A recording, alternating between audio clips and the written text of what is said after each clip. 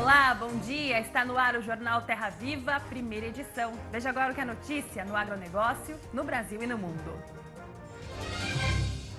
Pagamento por serviços ambientais e mais rigor para o desmatamento irregular na Amazônia estão entre as prioridades de votação da Câmara dos Deputados nesta semana.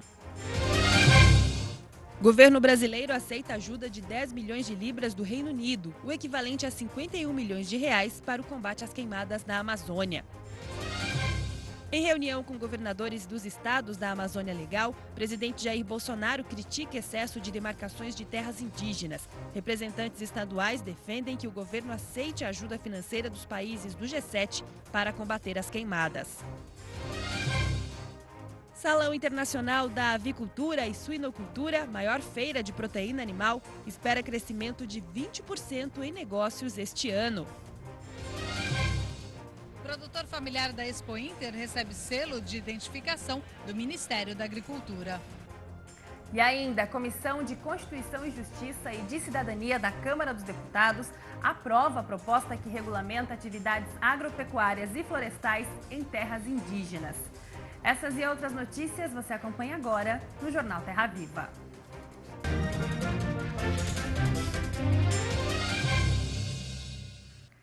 Em resposta aos desmatamentos irregulares na Amazônia, a Câmara dos Deputados deve votar nesta semana uma legislação que prevê mais rigor. Outro assunto aguardado pelo setor produtivo é a votação do projeto de lei que prevê também o pagamento por serviços ambientais. Os dois temas foram definidos como prioridades. Duas importantes matérias deverão ser votadas no plenário da Câmara. Representantes da Frente Parlamentar da Agropecuária e da Frente Parlamentar Ambientalista se reuniram com o presidente da Câmara, deputado Rodrigo Maia, e decidiram as prioridades de votações para esta semana. O projeto de lei por pagamento de serviços ambientais e também mais rigor para combater o desmatamento irregular na Amazônia. O pagamento dos serviços ambientais está maduro, está pronto, não é nada que nasce hoje, é um projeto que tramita há anos no Congresso Nacional, são várias sugestões. Nós defendemos o fim do desmatamento ilegal, nós queremos a criminalização de quem invade florestas públicas, terras indígenas, quem desmata ilegalmente nesse país. Os produtores rurais lamentam a imagem arranhada que o setor produtivo brasileiro leva pelo mundo afora. Nós buscamos a sustentabilidade tanto na produção econômica e ambiental e também defendendo qualquer queimada que venha acontecer. Nós da FPA, a gente defende que se faça as coisas rigorosamente dentro da lei. E quem estiver desmatando, quem estiver fazendo queimada, que não tiver licença pelos órgãos competentes, tem que ser punido. O Ministério das Relações Exteriores informou que o governo brasileiro aceitou uma doação de 10 milhões de libras, mais de 50 milhões de reais, pelo Reino Unido para combater as queimadas na Amazônia.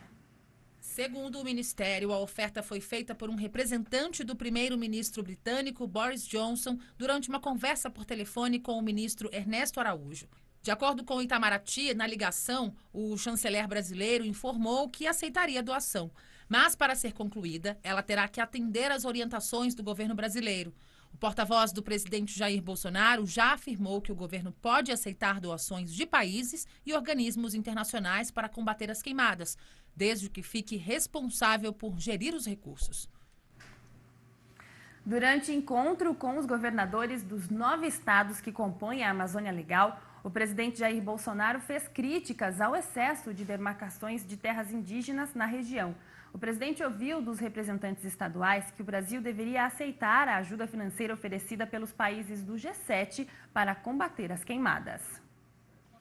Jair Bolsonaro primeiro impôs condições para aceitar os mais de 80 milhões de reais oferecidos pelo grupo de 7 países que estão entre as principais economias do mundo para a Amazônia. Menos de 2 horas depois, o presidente amenizou o tom e, segundo o porta-voz da Presidência da República, retirou a exigência de um pedido de desculpas. Até porque os governadores dos 9 estados que abrigam a floresta foram unânimes durante a reunião com Bolsonaro. Combater os incêndios na região custa um dinheiro que eles não têm. Todos ressaltaram que a Amazônia desperta muitos interesses ao redor do mundo. Mas o Brasil deveria aceitar recursos, ainda que de maneira emergencial. Nós enfatizamos muito fortemente a necessidade da cooperação internacional com defesa da soberania nacional, claro, porém, achamos que não é o momento de rasgar dinheiro, sobretudo no que se refere ao Fundo Amazônia. Defendemos que ele seja retomado. Outros afirmaram que a situação está longe de estar descontrolada. Que os incêndios florestais acontecem todos os anos e agora em 2019 não é o maior incêndio florestal da nossa história. Em anos anteriores foram maiores. À tarde, Bolsonaro reuniu ministros aqui no Planalto, pediu relatórios de todas as medidas tomadas pelo governo na Amazônia e informações sobre a situação na região. Depois de mencionar a questão indígena no encontro com os governadores, o presidente ressaltou à equipe que não vai demarcar novas reservas para não inviabilizar o agronegócio no país. Levantamento do Planalto aponta 936 territórios quilombolas em fase final de demarcação nos 9 estados do norte do país. Reservas indígenas, 54. E até o fim do ano, outras 314 entram em análise. O governo indica que só 8% da área do país é ocupada pelo agronegócio. E se as demarcações fossem todas concedidas, a produção seria afetada. Com todo respeito aos que me antecederam, foi uma irresponsabilidade essa política adotada no passado tocante a isso, usando o índio com massa de manobra. O presidente tem dito que há uma pressão internacional para que as reservas aumentem, o que teria forte impacto na competitividade da agricultura e pecuária do Brasil. A CCJ, Comissão de Constituição e Justiça e de Cidadania da Câmara dos Deputados, aprovou ontem a proposta que regulamenta atividades agropecuárias e florestais em terras indígenas. No total, foram 33 votos a favor, 18 contra e uma abstenção. O projeto altera a Constituição e diz que as comunidades indígenas podem, de forma direta, exercer atividades agropecuárias e florestais em suas terras, com autonomia para a administração e a comercialização dos produtos. O texto segue agora para a análise de uma comissão especial e depois deve passar por 2 turnos de votação no plenário da Câmara. E a seguir, ao vivo, Saúde Animal. Hoje o médico veterinário Marcos Rezende fala sobre os riscos de contaminação por causa do uso incorreto de produtos veterinários e fórmulas caseiras. E você vai ver também. Salão Internacional da Avicultura e Suinocultura, a maior feira de proteína animal, espera crescimento de 20% em negócios este ano. É daqui a pouco aqui no Jornal Terra Viva, primeira edição. O dólar fechou em alta de 0,4% e começa o dia cotado a R$ 4,16. A Bovespa também teve alta de 0,9%, fechando o pregão aos 97.276 pontos. A cotação da arroba do boi no mercado físico fechou estável nas 3 praças pesquisadas. E começou o CIAVES, o Salão Internacional da Avicultura e Suinocultura. Este ano, a maior feira de proteína animal espera crescimento de 20% nos negócios. 170 expositores participam desta edição e trazem as novidades em tecnologia e equipamentos para a produção de aves e suínos. São esperados 15 mil visitantes de 50 países. A abertura oficial contou com a presença da ministra da Agricultura e de várias outras autoridades. Na abertura oficial do salão participaram governadores de 5 estados, além da ministra da Agricultura, Tereza Cristina. A ministra disse que o MAP está trabalhando para fazer acordos internacionais para beneficiar o agronegócio e que a crise na China, causada pela peste suína africana, traz uma oportunidade única para os produtores brasileiros. Na saída, a ministra falou rapidamente com os jornalistas. É um setor organizado, é um setor que usou a tecnologia, aprendeu desde cedo com os desafios da área sanitária, a usar tecnologia, enfim, um setor que foi buscar mercados e aproveitaram as potencialidades que nós temos no país. Durante a feira, especialistas nacionais e internacionais também vão participar de debates sobre novas tecnologias e técnicas para melhorar a produção de aves e suínos. São mais de 100 palestras nestes 3 dias de evento. O salão é promovido pela BPA, Associação Brasileira de Proteína Animal. O presidente da entidade está otimista e espera um crescimento do mercado. 48% do rebanho do planeta está na China, 49%. 30% desse rebanho está infectado com peste suína africana. O Brasil vai aproveitar a oportunidade, é a hora da proteína animal, o preço está assim, eu diria, recuperador.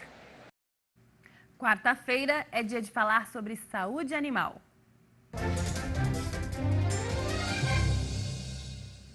Hoje vamos falar sobre os riscos de contaminação por causa do uso incorreto de produtos veterinários e de fórmulas caseiras. Eu converso sobre este assunto agora via Skype com o médico veterinário Marcos Rezende. Olá, bom dia, Marcos. Bom dia, Daiane. Bom dia aos amigos do canal Terra Viva. Marcos, conta pra gente, misturas caseiras de produtos veterinários são realmente comuns aí na pecuária? Daiane, mais comum do que se pensa, viu? Infelizmente, na pecuária nós temos os alquimistas, né? Que gostam de misturar produtos veterinários a óleos minerais, óleo queimado, óleo de soja e, pasme, Daiane, até produtos agrícolas. Isso causa um grande risco, tanto para os animais como também para o consumidor final. Agora, Marcos, as misturas caseiras, elas são comuns aí, né, pelos médicos veterinários, mas eles não fazem assim também quando receitam ao pecuarista? Daiane, as misturas caseiras, elas são comuns do produtor, tá? O médico veterinário que fizer isso, a gente tem que ficar meio alerta com ele. Não é isso que a gente aprende na escola. É comum, sim, do produtor. Infelizmente, alguns produtores, eles se iludem achando que fazendo essas misturas, eles vão economizar e ter um melhor efeito. Não. O que o médico veterinário faz é uma prescrição. Ele pega diversos produtos que têm o seu efeito conhecido, que nós chamamos de efeitos que somam um ao outro, são os efeitos sinérgicos. Um soma ao outro e dá um resultado melhor, e evita os produtos que a gente chama que um anula o outro, que são os efeitos antagônicos. Isso é o que o veterinário faz. O que o produtor eventualmente tenta fazer é misturar produtos sem conhecimento técnico, e isso, Daiane, coloca os animais em risco, coloca o consumidor em risco e pode induzir resistência bacteriana, pode induzir a resistência antiparasitária e o problema pode ficar muito pior e pode levar até o animal à morte. Certo, Marcos. É importante a gente até falar mais aí sobre essa questão dos riscos, né? Porque recentemente um produtor perdeu vários animais em uma mistura que levava, como você citou, óleo queimado, produtos veterinários e até produto agrícola. Então, conta pra gente, né, quais os principais riscos dessas misturas. Daiane, esse produtor pagou caro por uma economia que ele vinha fazendo há algum tempo. Foi um produtor do Pará. Infelizmente, ele pagou caro por isso. Deu certo duas, três vezes, e depois chegou a conta mais de 10 animais mortos por intoxicação. Aí não adianta colocar a culpa no produto veterinário. Uma vez que você usou produto agrícola e óleo queimado, a gente não sabe mais de quem que é a culpa. A responsabilidade é de quem fez a mistura. O grande risco, daí, eu acho que o maior risco não é nem a morte dos animais, mas o maior risco é dos resíduos deixados na carne, na gordura e no leite desses animais, que vai ser levado ao ser humano. É um risco, digamos assim, uma quantidade de princípio ativo de droga desconhecida. O outro risco é a morte dos animais e também o grande prejuízo ao produtor, além de resistência bacteriana e resistência antiparasitária, como eu havia comentado. Então, a chance de dar errado, Daiane, é muito grande. Para a gente fechar rapidamente, né? Então, o certo é seguir corretamente a bula e a orientação do veterinário.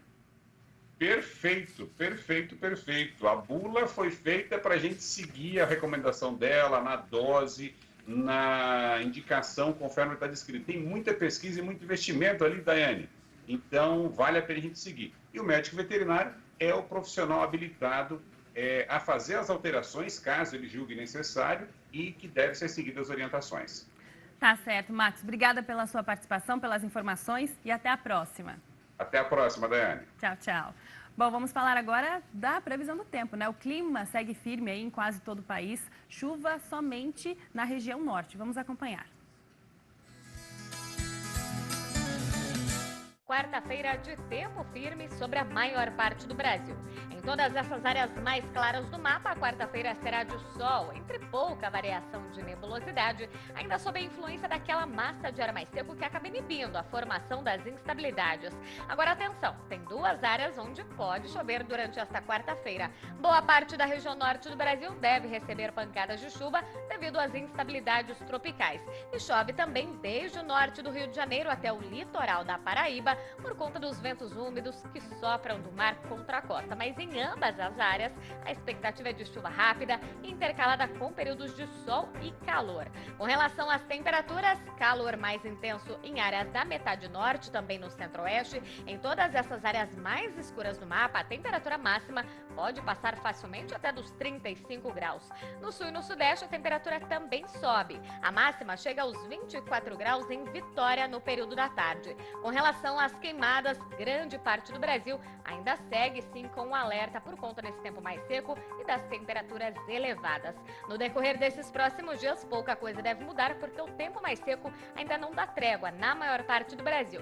Começam as mudanças no tempo, tem a formação de uma nova frente fria, volta a chover já na maior parte do Rio Grande do Sul, acumulados que devem ficar entre os 20 até os 40 milímetros. E atenção, entre o finalzinho do mês de agosto e os primeiros dias do mês de setembro, este sistema frontal vai avançar e provoca chuva também em áreas aqui do sudeste até do centro-oeste e volta a chover principalmente em áreas produtoras no norte do Paraná. Os acumulados devem ficar entre os 5 e os 60 milímetros, principalmente nessas áreas mais escuras do mapa, é que devem ficar concentrados os maiores acumulados. Amanhã a gente volta com mais previsão do tempo.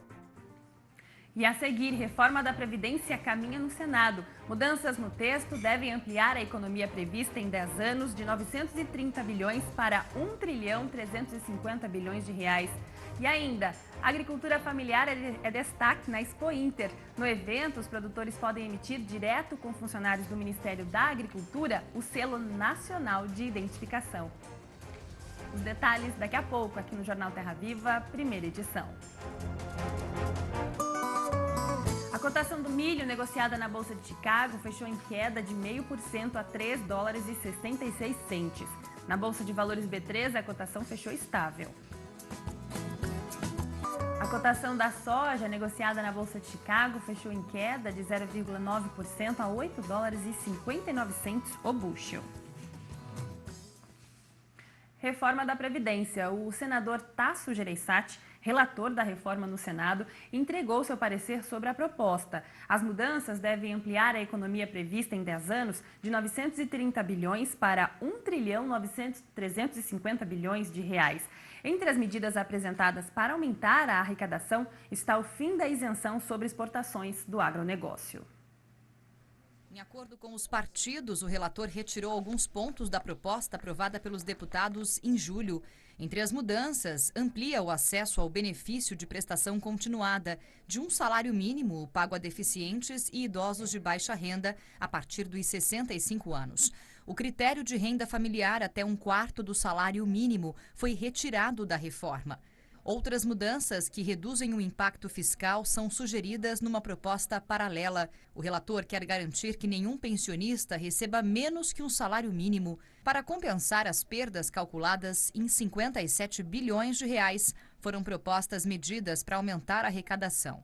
Entre elas, o fim da isenção da contribuição previdenciária de entidades filantrópicas, permanecendo apenas para as santas casas e entidades de assistência social. Uma alíquota a ser definida sobre empresas do Simples Nacional e o fim da isenção sobre exportações do agronegócio, medida que já foi rejeitada na Câmara. Esse texto, onde nós só fizemos supressão, vai ser votado aqui e, se aprovado, vai direto para a promulgação do presidente do Congresso, presidente Davi. Com a inclusão de estados e municípios na PEC paralela, a Tasso afirma que a reforma da Previdência trará uma economia de 1,35 trilhão de reais, maior do que os 930 bilhões previstos no texto da Câmara. Para que os estados e os municípios possam aderir a essa emenda constitucional e fazerem as suas reformas para equilibrar União, estados e municípios. O relatório deverá ser votado na Comissão de Constituição e Justiça do Senado na semana que vem. Depois, o texto terá que ser aprovado em 2 turnos no plenário. Um dos destaques da Expo Inter, a maior feira agropecuária da América Latina, realizada esta semana em Esteio, no Rio Grande do Sul, é o pavilhão da agricultura familiar, que este ano está ainda maior e atrai visitantes diariamente. No evento, os produtores podem emitir direto com funcionários do Ministério da Agricultura o SENAF, Selo Nacional da Agricultura Familiar.